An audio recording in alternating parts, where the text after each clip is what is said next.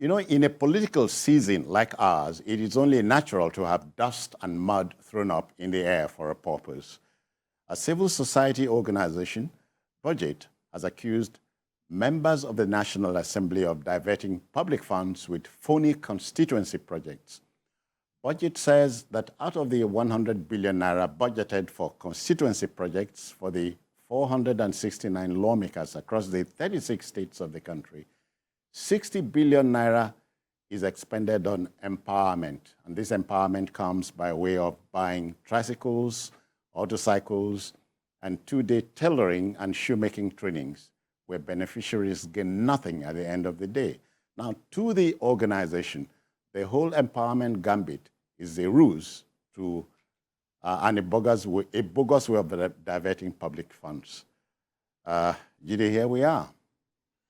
Yeah, and the truth is, in an election year, you will expect that there will be a lot of money, stuff like it. Money spent on things like this, empowerment, buying keke nape for people, buying sewing machines, and sometimes even refrigerators. They share refrigerators to people. But for constituency projects that compete with the Federal Ministry of Works and Housing for the funds that are not really there, you will expect that money will be spent on projects that are long-lasting, like roads, like even hospitals, things that are enduring in nature, that year on year you will see them and you will remember that it's this particular lawmaker that facilitated the siting of those projects. Even schools, for example, in my hometown, for example, you see the state of the secondary school in the town. And that secondary school is the first in the local government. It used to be a district. It's the first, and it came about through communal efforts. All right. But if you see the state of infrastructure in the school, you burst into tears. As we speak. Yes. Now, the ideal thing is for lawmakers from that area to say, look, this school shouldn't be in this decrepit state. Let me do something about it. Spending 60 billion naira on empowerment, on things that sometimes they even sell those things off. You give a motorcycle to someone, the next time you see him, he has sold it off. We should be talking about tangible and enduring projects. Like the school, for example, you can say, okay, you are building language laboratory for maybe a tertiary institution in that in your constituency. Maybe they have a polytechnic and their mass comm department is just struggling, to put his foot on the ground. You can say, okay, I'm building a language lab for the mass comm department of this polytechnic in my community. People will appreciate it. Yeah. That will be helping even TED Fund, so that TED Fund can then spend his money on other things like research and the rest. But is spending billions of naira on empowerment items. I've even seen, I think there was a lawmaker that donated wheelbarrows to his constituents. Spending billions on empowerment, freezers, generators, freezers, hair dryers. Those they don't last. And in my view, they should be setting up even skill acquisition centers with the money at their disposal. The skill acquisition center will yield a lot of young people Multiplier effect, as you yes, say. who will have been trained and they can stand on their own. Yeah. They don't have to rely on government. You know, the sort of thing that NYC now does. You know, during our time, the NYC was not doing that. But they now do it. They're teaching people skills so that they don't have to be looking for white-collar jobs all over the place because they are not there. Yeah. Yusuf, you are wondering why now for budget?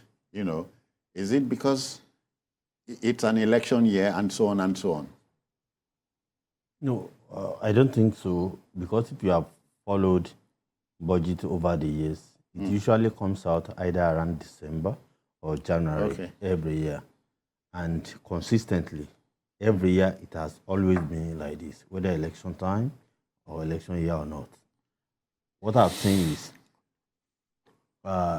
this thing we call constituency projects. You know, when you trace the history down, you know, it's strange to us until I think 1999, and when this idea came up, I think it was meant to get the buy-in of the federal lawmakers and all that.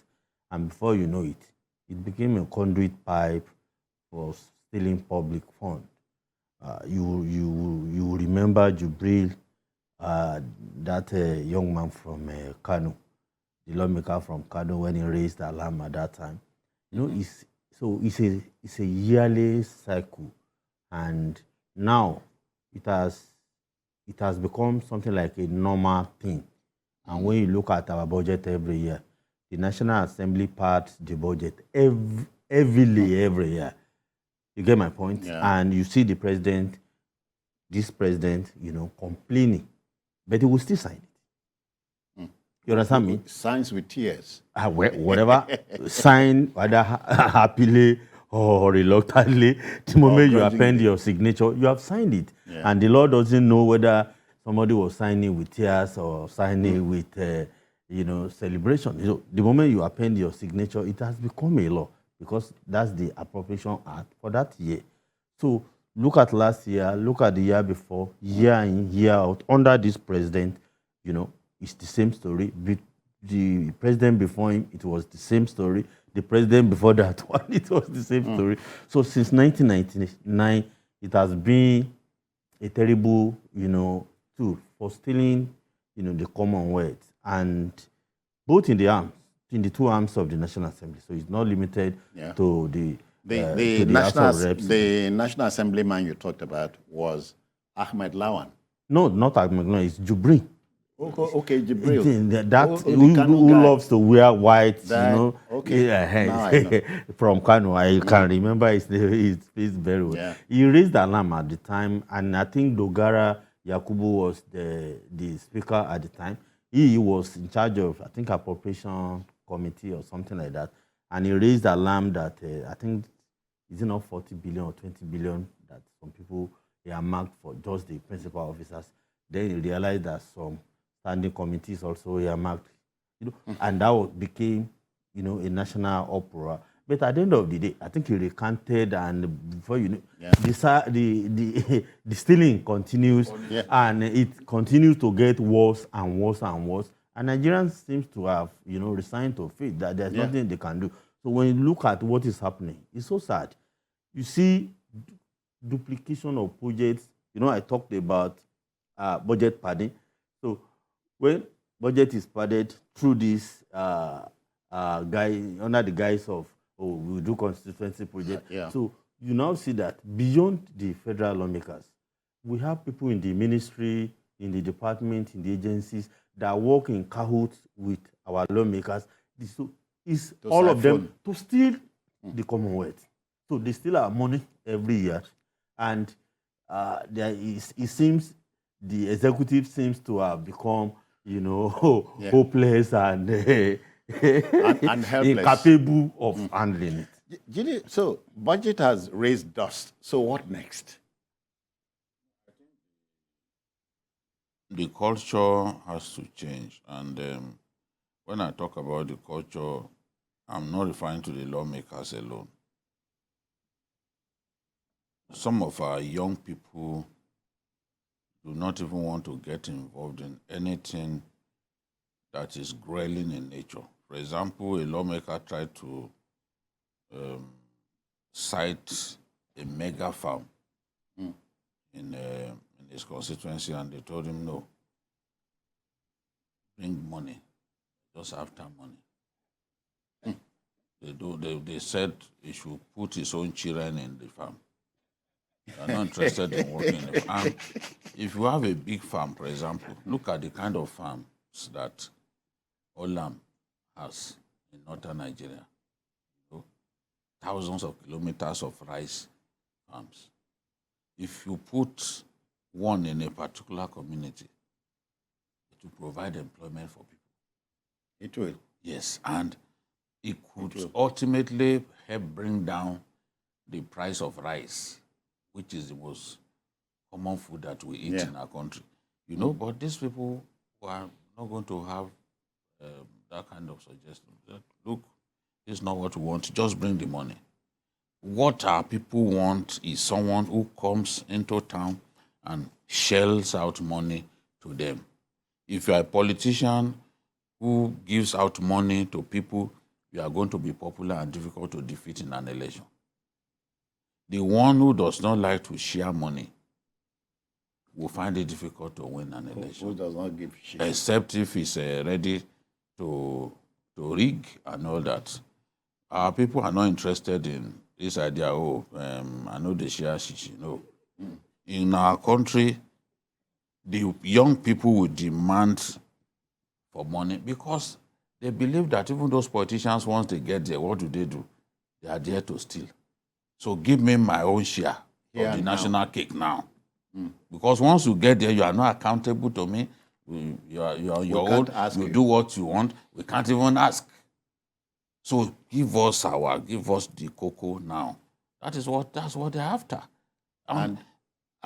Sorry, added to that is the fact that it's like a yeoman's job attempting to recall a particular lawmaker. No, that one, the process is so cumbersome that I think we tried it some years back. In your state? No, I'm not even referring to my state. I'm referring to this politician from Plateau State who was very close to the former deputy Senate president. He was very close to Obasanjo, and they blamed him for what Joshua Dariye went through in the hands of Obasanjo. Ibrahim Mantu. Yeah. They tried to recall him, but INEC frustrated the process because you need INEC. If INEC does not cooperate, you cannot recall anybody because they can frustrate the process, and that was what happened with Mantu. So, but I want to submit that for our people, they should actually be demanding for those things that we endure, not simply constituency projects. I've seen, for example, in Surulere, the kind of work that the Speaker of the House of Reps has done. Of course, the principal officers, the quantum of money at their disposal is huge. That was the point that Jibrin was trying to make, you know? Yeah. But he's done a lot of work, roads, especially with paving stones.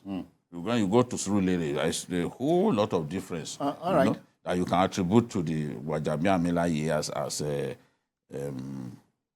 speaker. The same thing with Binani. It's one of the reasons Binani is popular in Adamawa State. Okay. He's done a lot, you know. But for me, let's see projects that are enduring, that people can point to. That's it. Stop giving people Okada and the rest of them. In an economy that is growing, motorcycle taxi is not the way to go. On. But the debate will continue. Now we see a lot of question mark on constituency projects.